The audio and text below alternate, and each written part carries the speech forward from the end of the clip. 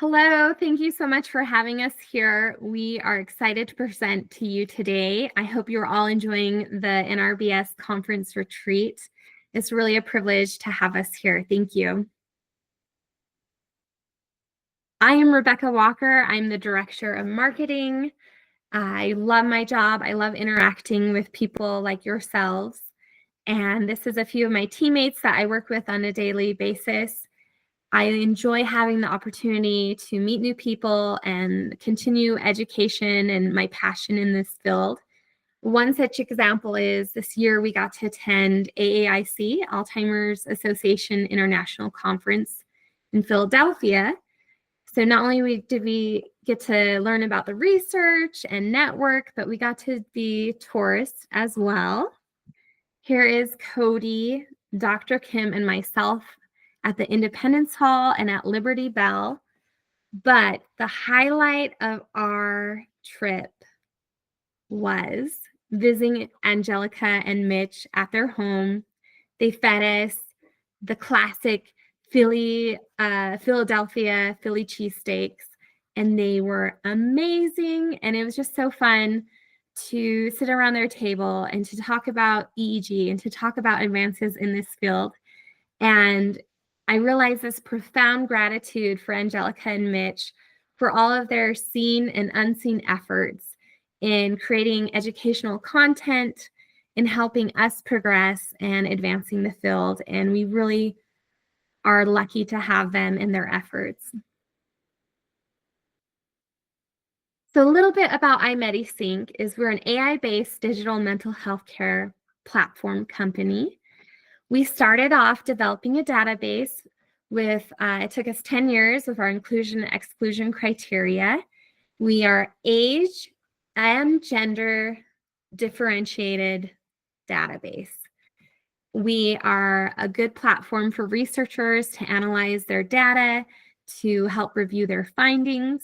We have wonderful reports for clinicians, such as your QEEG analysis. We have a pediatric report. We are also going to be coming out with a mental health checklist soon. And we also have wonderful reports for the clients that are easy to understand. You can see on the right, we have our HRV analysis, our EEG summary that just breaks down each of the lobes into different regions for hyperactivity or hypoactivity, and even gives specific definitions for different regions within those lobes. And here is our MCI probability AI biomarker. And they're beautiful reports. If you would like to view more, please give me a shout out. I'd love to send you some. You might also recognize this device. This is our iSync Wave. And you'll often find us, this is kind of our natural look that we have, is wearing this device. It's a 4-in-1 device. We can do our EEG acquisition with 19-channel dry sensors. There's also 19 amplifiers to help with signal quality. We do our HRV through a photoplasmograph with one of the ear clips. And we have our near infrared therapy care. So each of those 19 channels has a built-in LED light that you can choose to pulsate from 1 to 45 hertz. And Dr. Kim's going to review more of this in his segment with some case studies that he has done.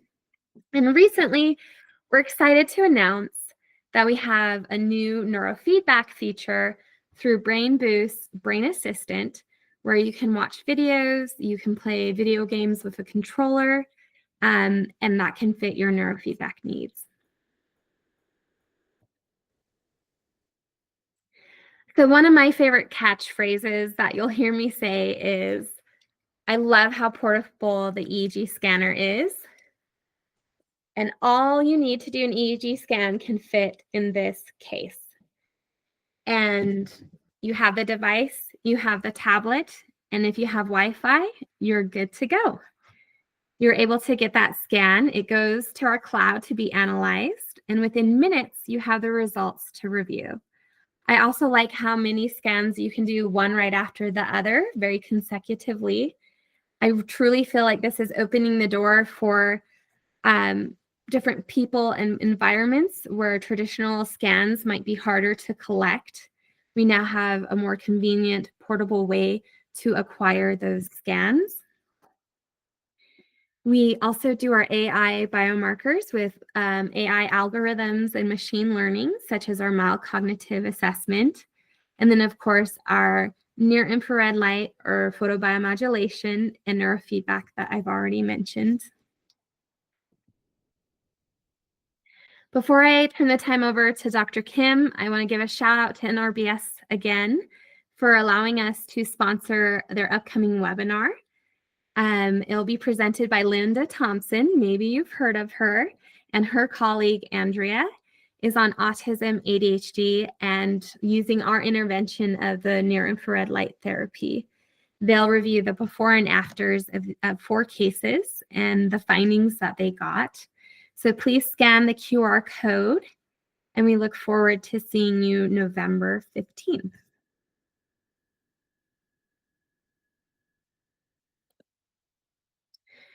Lastly, please reach out to me if any questions or desires for collaboration.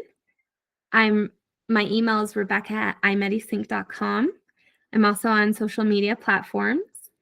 And if you would like to have more of a personal one-on-one video call, you can go to our website, imedisyncamericas.com. You can click on education and training, schedule a demo, and I would be happy to meet with you. But without further ado, we have our presenter for today, Dr. Kim. He'll be presenting on PBM, what it is, why it's important, and several cases that he has done and the findings from those cases using our software to analyze the data. Dr. Kim is one of the smartest people I know. He's just a wealth of wisdom. Every time I'm around him, I learn something new. I learn something new about the research he's conducting, but also the research that's out in the field that others have done. He has a passion and an excitement for research that is uncomparable to most people I know, and it makes me excited to learn more about what is being found and what's out there.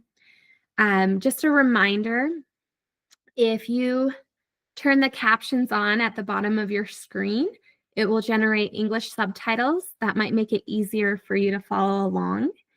But here we have, I'd like to turn the floor over to Dr. Kim.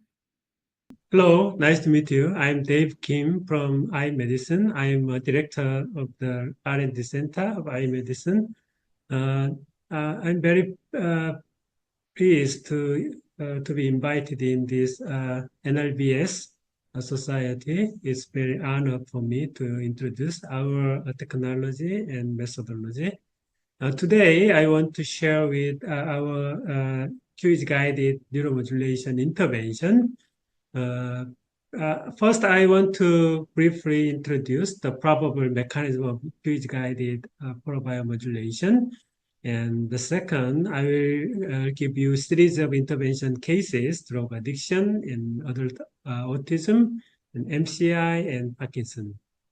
And finally, I'd like to briefly summarize the implication of the QH-guided PBM protocol design. Basic mission of our company is to challenge for the intractable disease such as dementia and autism and addiction problem. Now we have many, we are just in the starting phase, but we have many successful cases in autism and drug addiction and degenerative disease such as dementia and Parkinson. The first, I'd like to share with the probable mechanism of action of the QH-guided PBM. The PBM is very widely used nowadays, but QH-guided PBM, pulsed PBM, is very unique in our methodology. So what is the pulsed photobiomodulation mechanism? That is made by the right-gated ion channel. The the near infrared light penetrates skull and stimulate the neuron. And in the neuron cell membrane, there is a light-gated ion channel. This light-gated ion channel stimulated by the light, and then the calcium influx make a kind of synaptic transmission that makes a large group of the neuronal assembly make a synaptic firing. That is very similar to the thalamus pacemaker alpha rhythm, for example, 10 hertz alpha rhythm. And thalamus pacemaking make synchronized activity in the cortex level that makes a huge alpha rhythm everywhere in the cortex, for example. The light stimulation in specific target area from the external pulsed light generator that also can be act as another pacemaker. That's the kind of entrainment. Think about entrainment.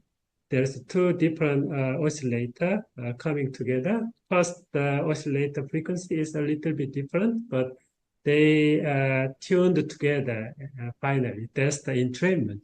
In this kind of entrainment mechanism, that we can stimulate the specific frequency in the target area, and that area, the light-gated ion channel synchronously fired together and then make a synchronous peak, same frequency activity in that area. That makes neuromodulation.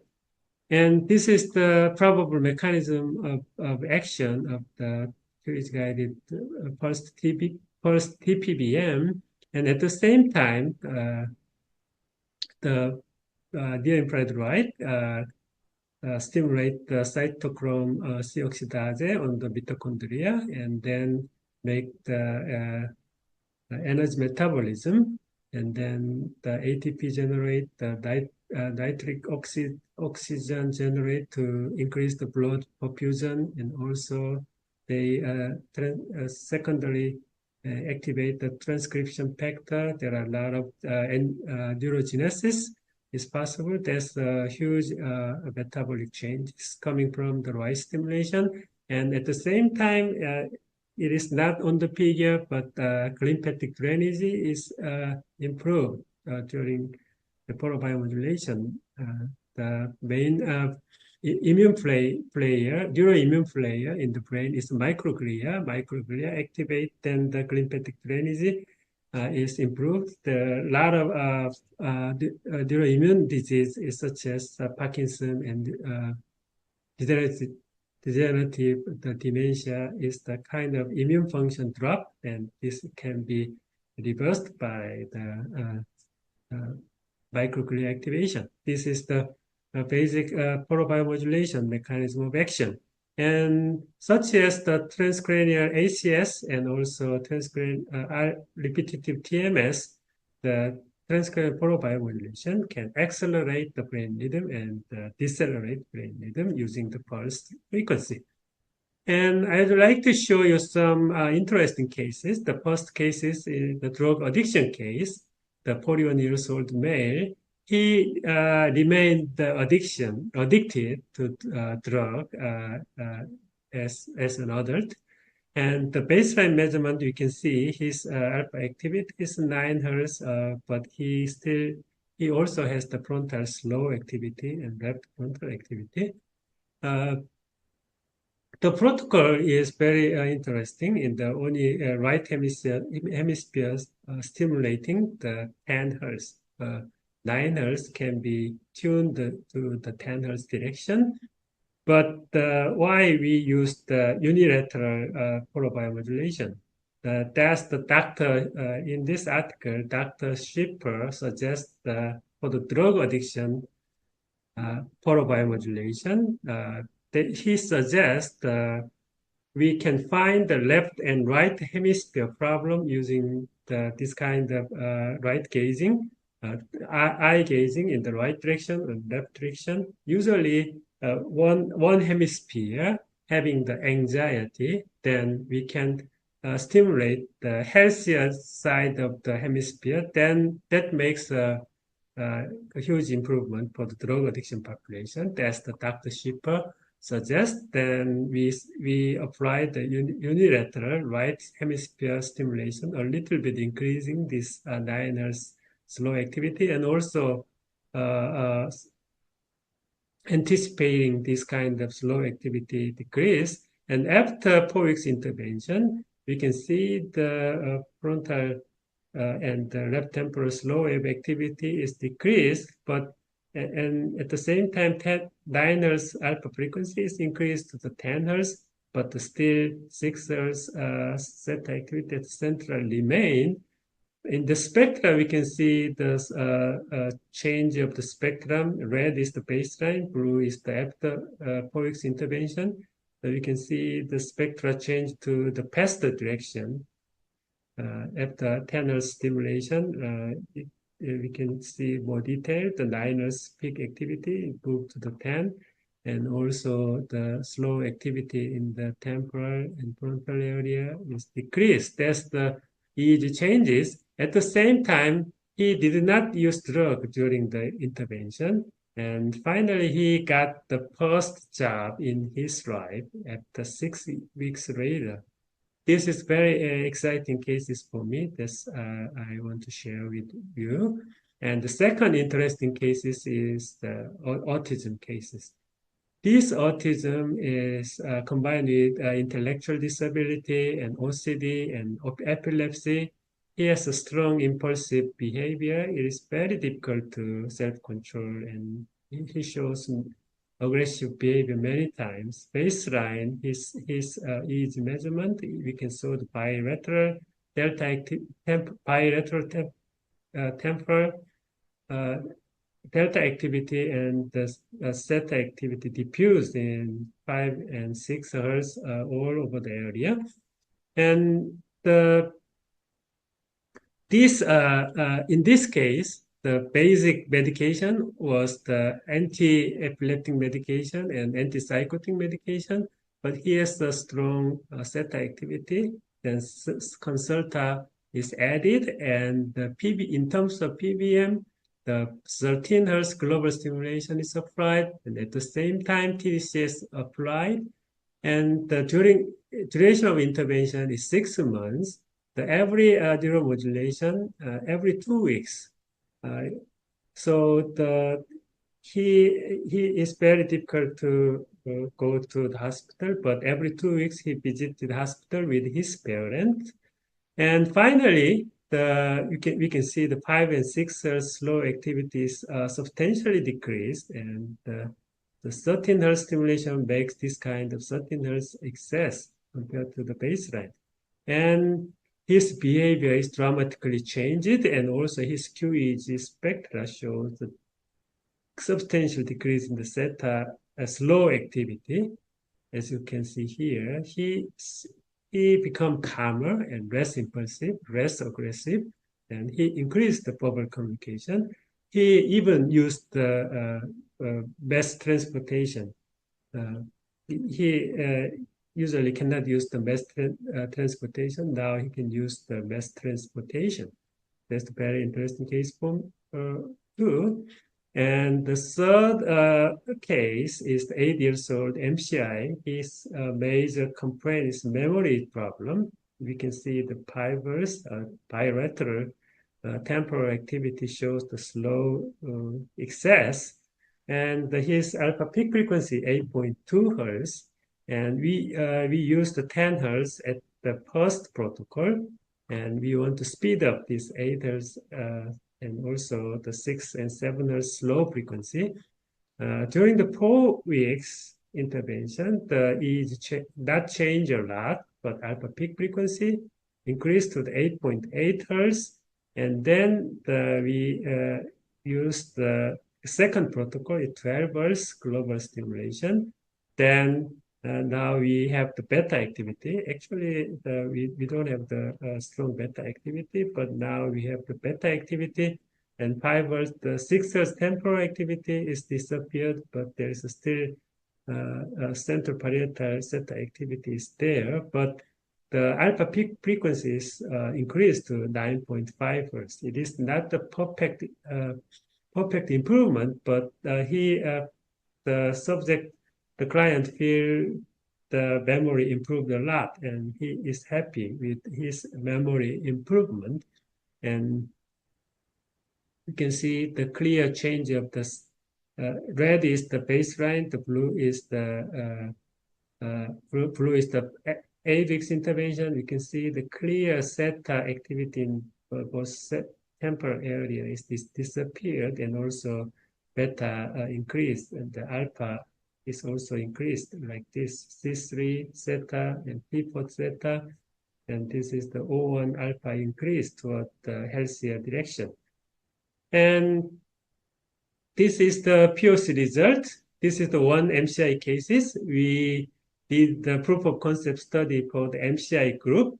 This is the 12 weeks intervention. The baseline, usually their CDR score, clinical dementia rating score, 0.5 is the MCI, 1.0 is early dementia, return to normal after the 12 weeks intervention. This is the CDR sum of box.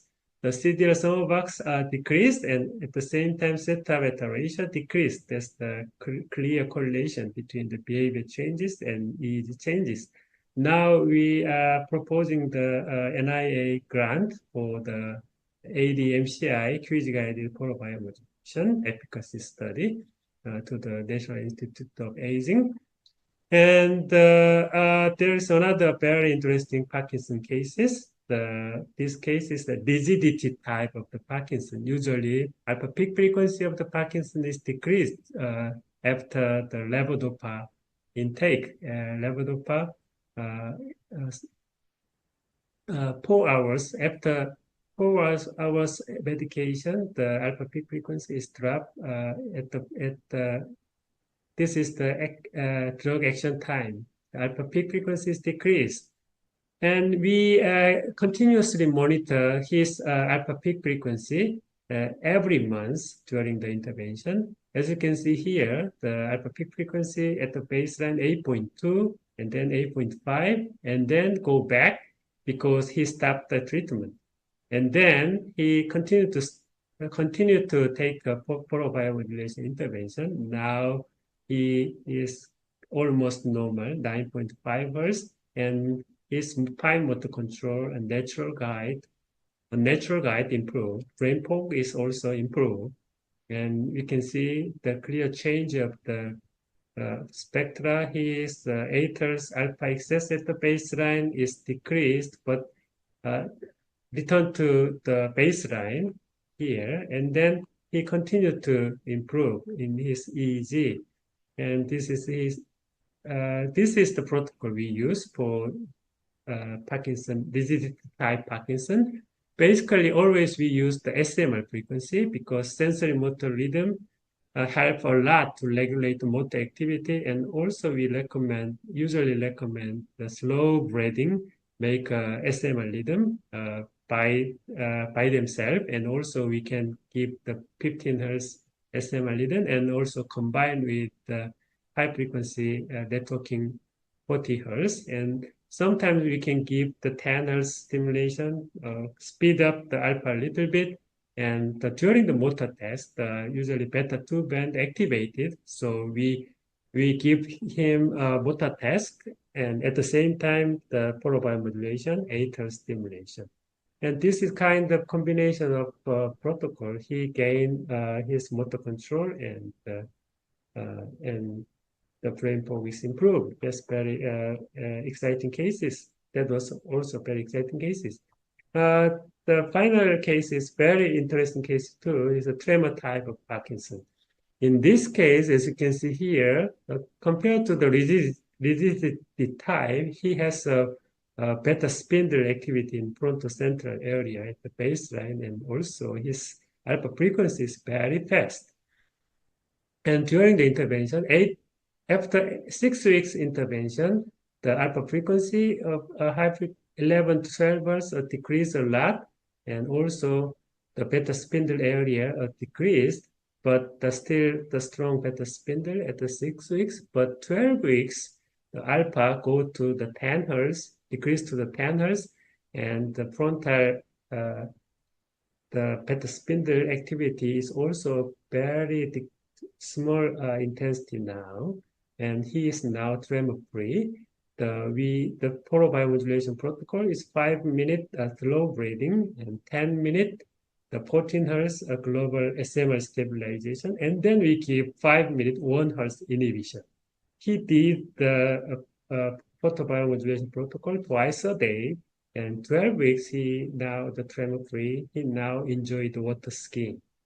Excellent improvement. I'd like to summarize the implication of the QEEG-guided photobiomodulation protocol. As you can see here, it is very famous frequency and the blood perfusion relation. We choose the frequency, then we can activate or inhibit the brain rhythm using the first TPBM. The basic idea is kind of phenotypic approach. In the ADHD, we saw this kind of EEG cluster, the frontal theta type. We can use the stimulant, the frontal alpha type. We can use the SSRI. In this frontal slowing under arousal cases, we can give the frontal beta PBM and the over-arousal phenotype, such as beta spindle and epileptiform discharge. We can give them the global stabilization or relaxation alpha theta PBM, or sometimes 1 hertz inhibition PBM can stabilize their over-arousal brain pattern.